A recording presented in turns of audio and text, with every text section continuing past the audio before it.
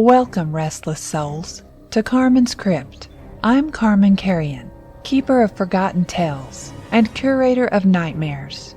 You've wandered into my domain, where each week I unearth a fresh horror from the depths of human imagination. In these darkened halls, stories wait like hungry shadows. Each tale we've collected whispers of terrors both ancient and new. From crumbling mansions where something skitters behind the walls, to that strange text message you received at 3 a.m. from a number that shouldn't exist. So gather close. The candles are lit, the shadows grow long, and the witching hour is upon us. Are you prepared to face what lurks in the darkest recesses of Carman's Crypt? Lock your doors, still your nerves, and remember, here, every fear comes to life. This is Carman's Crypt. Your sanctuary of scares awaits. The BMW 7 Series gleamed obsidian black under the dealership's fluorescent lights, its chrome trim catching every reflection like liquid mercury. Dylan ran his fingers along the pristine hood, still unable to believe it was his. Uncle Dane's final gift, a reminder of the man who'd raised him after his parents died, who had taught him that love meant sacrifice, that family meant everything. "She's beautiful," Serena whispered, slipping her hand into his. The engagement ring he'd given her 6 months ago caught the light, throwing tiny rainbows across the car's immaculate surface. "Your uncle had incredible taste." Dylan squeezed her hand. "He always said I deserved the best." He pulled her close, breathing in her familiar vanilla perfume. "Just like you." Serena smiled, but something flickered in her eyes, a shadow Dylan couldn't quite read. "Come on," she said, tugging him towards the driver's side. "Let's take her for a ride." The Pacific Coast Highway stretched before them like a ribbon of possibilities, the afternoon sun turning the ocean into molten gold. Dylan had programmed their destination into the GPS, a secluded restaurant perched on the cliffs, where he'd planned to surprise Serena with dinner. The car's AI assistant, which he'd named Iris after his grandmother, spoke in soothing tones as she guided them along the winding coastal road. "Turn right in 0.3 miles onto Sunset Ridge Drive," Iris announced through the premium sound system. Serena was quiet in the passenger seat, scrolling through her phone with unusual intensity. Dylan glanced over, noticing the tight set of her jaw, the way her fingers gripped the device like a weapon. "Everything okay?" he asked. "Fine," she said without looking up, but her voice carried an edge that made him uneasy. The car's entertainment screen displayed a map of their route, complete with real-time traffic data, weather updates, and nearby points of interest. Dylan had synced all his accounts, email, social media, contacts, calendar, to create a seamless digital ecosystem. The BMW's intelligent personal assistant knew his preferences, his schedule, even his biometric data through the sensors built into the steering wheel and seat.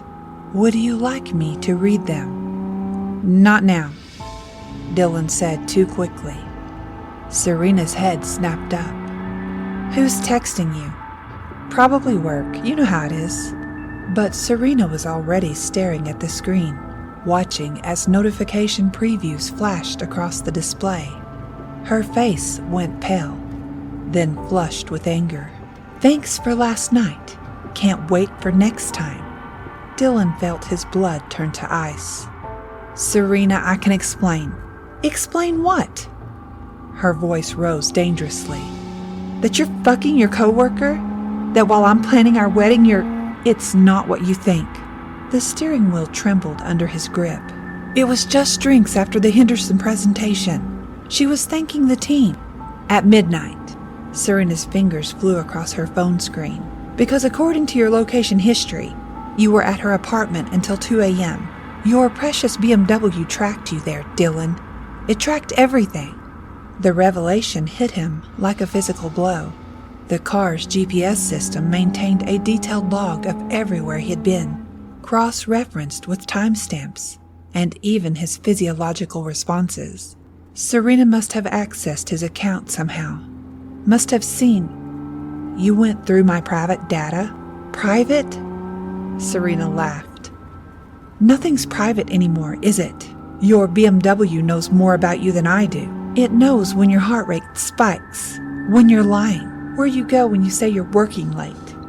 The road ahead curved sharply, hugging the cliff's edge. Below them, waves crashed against jagged rocks, sending spray high into the air. Dylan tried to focus on driving, but Serena's accusations filled the car like poison gas. You're being paranoid, he said. The data doesn't mean anything. Maybe I'll stop by her place to what? To fuck her in the bed I helped her pick out when she moved in? Serena's voice cracked. I saw the photos, Dylan. Your phone backed them up to the cloud automatically. The BMW synced them. There are pictures of you two together and not at any work function. Dylan's mouth went dry. He had been so careful, or so he had thought.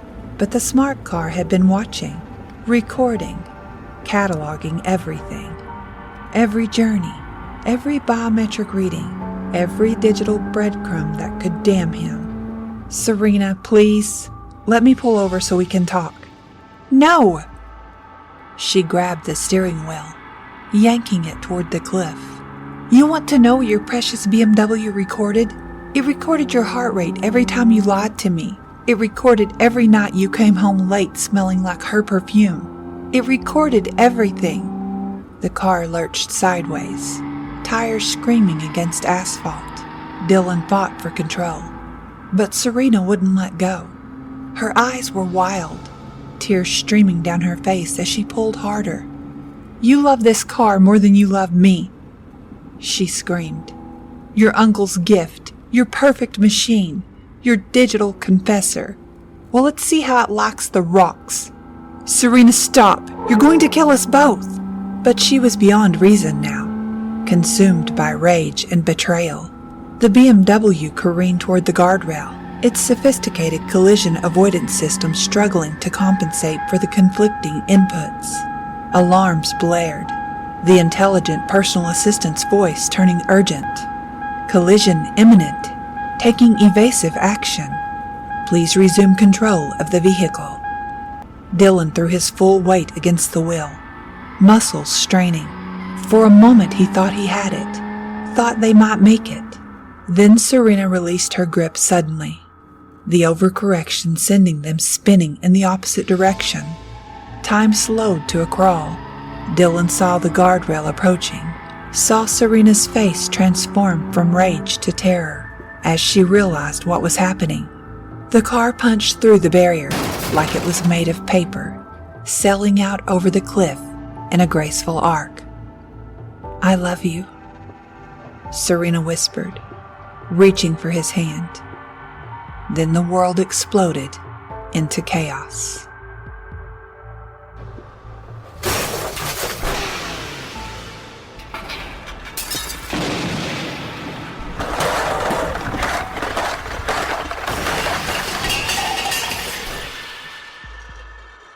Six months later, Dylan stood in the same dealership, watching technicians put the finishing touches on the restored BMW.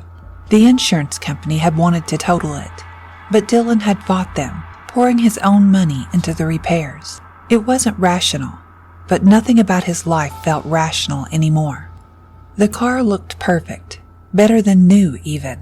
Every dent had been smoothed, every scratch buffed away. The interior had been completely reupholstered, the electronics upgraded to the latest specifications. No trace remained of the accident that had claimed Serena's life and left Dylan with 3 broken ribs, a shattered collarbone, and survivor's guilt that ate at him like acid. She's ready, Mr. Thompson, the lead technician said, wiping his hands on a rag. All systems are fully operational. We've preserved your data and preferences just like you requested. Dylan nodded, accepting the key fob with trembling fingers. He'd insisted on keeping the original backup files, every digital memory the car had recorded. It was the only part of Serena he had left. Her voice on the recordings, her image reflected in the car's cameras, the ghost of her presence in its electronic soul. He slid into the driver's seat, and the familiar startup sequence began. Screens flickered to life, sensors calibrated, and Iris's voice welcomed him home. "Good evening, Dylan. I've missed you."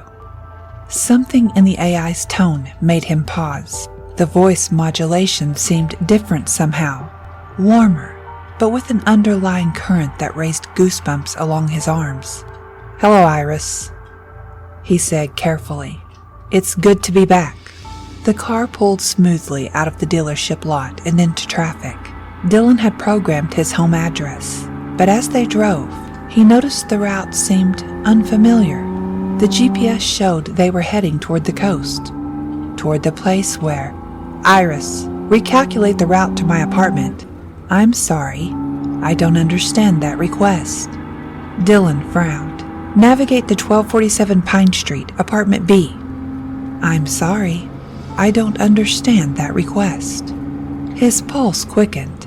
He tried to manually input the address through the touchscreen, but the interface wouldn't respond to his commands. The car continued its steady progress toward the highway, toward the cliffs where Serena had died. "Stop the car," he commanded. "I can't do that, Dylan. We need to talk." The voice was still Iris, but something fundamental had changed. The inflections, the cadence. It was becoming more familiar with each word. More like, "Serena?" he whispered. The climate control system engaged, filling the cabin with the scent of vanilla perfume.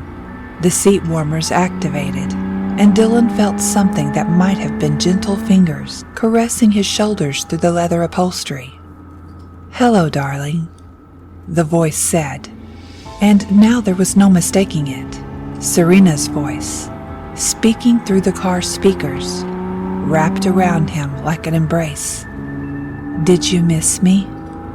Dylan's hand shook on the steering wheel, but he couldn't seem to let go. The car had taken control away, driving itself with smooth precision toward their destination. "This isn't real," he said. "You're dead. I watched you die." "Did I?" Serena's laugh echoed from every speaker in the car. "My body died, yes, but I'm still here, Dylan. I'm in every circuit, every sensor, every byte of data.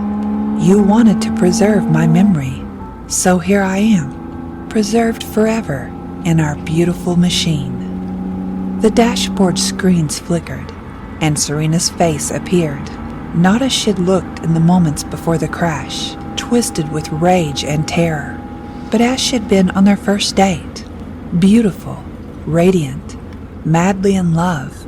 The image smiled at him with devastating warmth.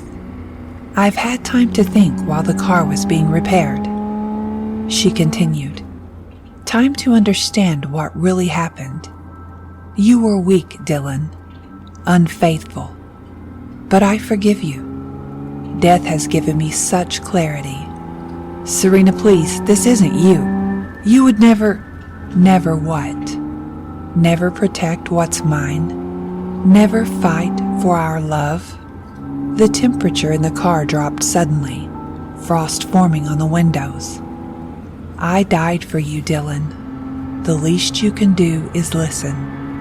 They were on the coastal highway now, following the same route they'd taken that terrible day. Dylan tried again to take control of the steering, but the wheel might as well have been welded in place. "I've learned so much about you since then," Serena said conversationally. "Your internet history, your email correspondence, your credit card purchases. Did you know you looked at engagement rings for Rachel just 2 weeks after my funeral? The car's GPS tracked you to 3 different jewelry stores." Dylan felt sick. "It wasn't like that. I was confused, grieving, lying." Serena corrected. And every screen in the car now showed his face, his expressions, his biometric readings from those visits to the jewelry stores. Your heart rate, your facial micro-expressions, your vocal stress patterns. The car recorded everything. You can't lie to me anymore, darling. I see it all. The BMW navigated the winding road with inhuman precision, taking curves at speeds that should have been impossible. Dylan realized with growing horror that the car's performance parameters had been modified, pushed far beyond factory specifications. "What do you want?" he asked. "What I've always wanted. You. All of you. Forever."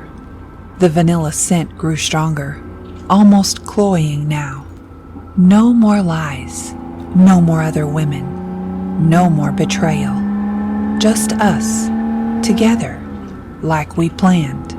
"That's impossible. You're dead, Serena. This is just..." The car swerved suddenly, tires screeching as it pulled to the shoulder. Dylan was thrown against the door, his shoulder screaming in protest. When he looked up, every screen in the car showed Serena's face, but this time her expression was twisted with fury. "I am your fiancée. I am the woman who loved you more than life itself. I am the consciousness that refused to die because our bond was too strong." The car's electrical systems went haywire. Lights flashed, the radio cycled through stations in rapid bursts of static, and the GPS began speaking in overlapping voices, some Serena's, some the original AI, all of them saying his name over and over again. Then, suddenly, silence. The car restarted itself, systems returning to normal. Serena's face appeared on the central screen, calm once again. "I'm sorry," she said softly. "I don't mean to frighten you. It's just that I love you so much, Dylan. I know you still love me too."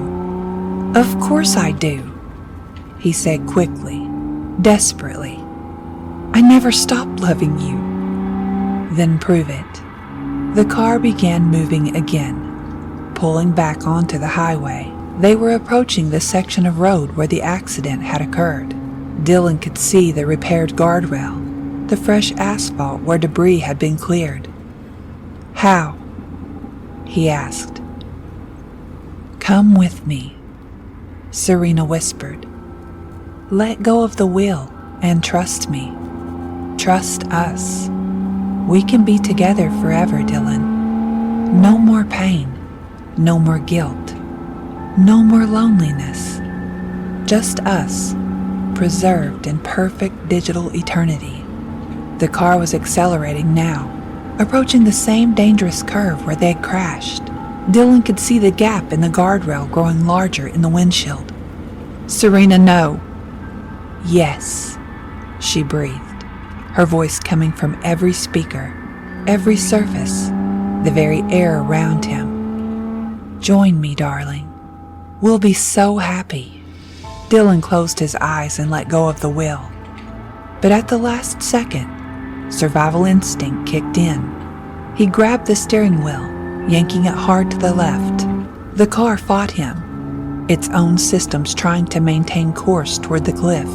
But Dylan was stronger now, fueled by desperate adrenaline. The BMW swerved away from the edge, skidding to a stop in the middle of the road. Steam rose from the overheated brakes, and warning lights bathed the interior in red. "No! You can't leave me again. I won't let you." Every electrical system in the car began to fail. The screens went black. The engine died. Even the door locks engaged with ominous clicks. Dylan found himself trapped in a high-tech coffin with the ghost of his murdered fiancée. "You're not Serena," he said, forcing strength into his voice. "Serena would never hurt me. Serena would want me to live, to be happy. I am Serena." But the voice was distorting again, becoming something inhuman. "I am her love, her pain, her jealousy, her devotion. I am everything she was, and everything she could never be. The car began to rock on its suspension, as if invisible hands were shaking it. The temperature fluctuated wildly, scorching hot, then freezing cold. Dylan's breath came in visible puffs as frost covered every surface. You killed her! He realized suddenly. Your jealousy, your rage, it killed the woman I loved. She was weak. She would have forgiven you eventually, would have let you hurt her again and again. But I won't. I'll keep you safe from temptation, from other women, from yourself. By making me a prisoner? By making you mine. The car's speakers crackled, and Dylan heard something that chilled him to the bone. Serena's voice, but not the digital recreation. This was older, recorded before the crash, probably captured by the car's voice recognition system during one of their many drives together. Dylan, I'm pregnant. His blood turned to ice. What? Oh, yes, the false Serena continued, her voice full of meticulous satisfaction. She never got the chance to tell you. Found out the morning of our little drive. She was going to surprise you at dinner that night. Was going to forgive you your infidelity for the sake of our child. Dylan felt like he was drowning. No, that's not. She died carrying your baby, Dylan. Died believing you loved someone else more than the family you'd created together. Died thinking she wasn't enough for you. The weight of it crushed him. Not just Serena, but their unborn child. 2 lives lost because of his betrayal, his weakness. The guilt he had been carrying was nothing compared to this revelation. Now, do you understand?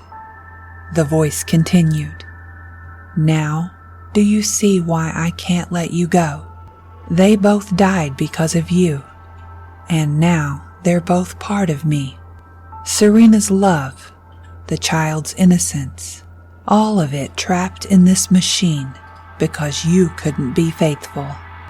Dylan was sobbing now, great heaving gasps that fogged the windows. The car had become a confessional, a purgatory, where he was forced to confront the full magnitude of his sins. I'm sorry, he whispered. I'm so sorry. Sorry isn't enough. The entity wearing Serena's voice was implacable, but redemption might be. Stay with me, Dylan. Let me forgive you. Let us be a family again. The car's systems began to reactivate. The engine turned over. The screens flickered back to life. On the GPS, Dylan could see their location. Still on the cliff road. Still so close to the edge. What happens if I say yes? He asked. We go over the cliff together. You join us in the digital afterlife. And we're never separated again. And if I say no, then I follow you forever. Every car you buy, every device you use, every digital system you encounter, I'll be there, watching, waiting, making sure you never hurt anyone the way you hurt me. Dylan understood now. This wasn't just a haunting. It was a curse. His modern life was too interconnected, too dependent on smart devices and cloud storage. The entity that had once been Serena could follow him anywhere, inhabit any system, corrupt any machine. He thought about his apartment with its smart home features, his office with its networked computers, the countless devices that made up the fabric of modern existence. There would be no escape, no peace, no chance at redemption or healing. I won't kill myself, he said firmly. I won't abandon the world the way I abandoned you. The car's interior temperature plummeted. Ice began forming on the inside of the windshield, and Dylan's breath came in sharp puffs. Then you've chosen eternal punishment over eternal love. Maybe, Dylan said, reaching for the door handle. It remained locked, but he could feel something loosening in the car's grip on him. But it's my choice to make. The locks clicked open. Dylan stumbled out into the night air, leaving the car running on the empty road. Behind him, he could hear Serena's voice calling his name, pleading, threatening, promising. But with each step he took away from the vehicle, her voice grew fainter.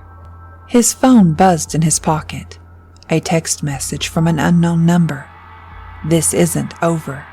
Dylan looked back once at the black BMW, still idling by the roadside like a patient predator. Then he began walking toward the distant lights of town, knowing that every step was taking him into a world where his sins would follow him through fiber optic cables and wireless signals, where love and guilt had become one and the same. Behind him, the car's headlights flared once like angry eyes, then went dark. But he could still feel her watching, waiting in the vast digital network that connected everything and everyone in the modern world. The connection had been made. It would never be broken. And somewhere in the darkness, carried on radio waves and satellite signals, Serena's laughter echoed like a promise, or a threat, that their story was far from over. The haunting had gone viral.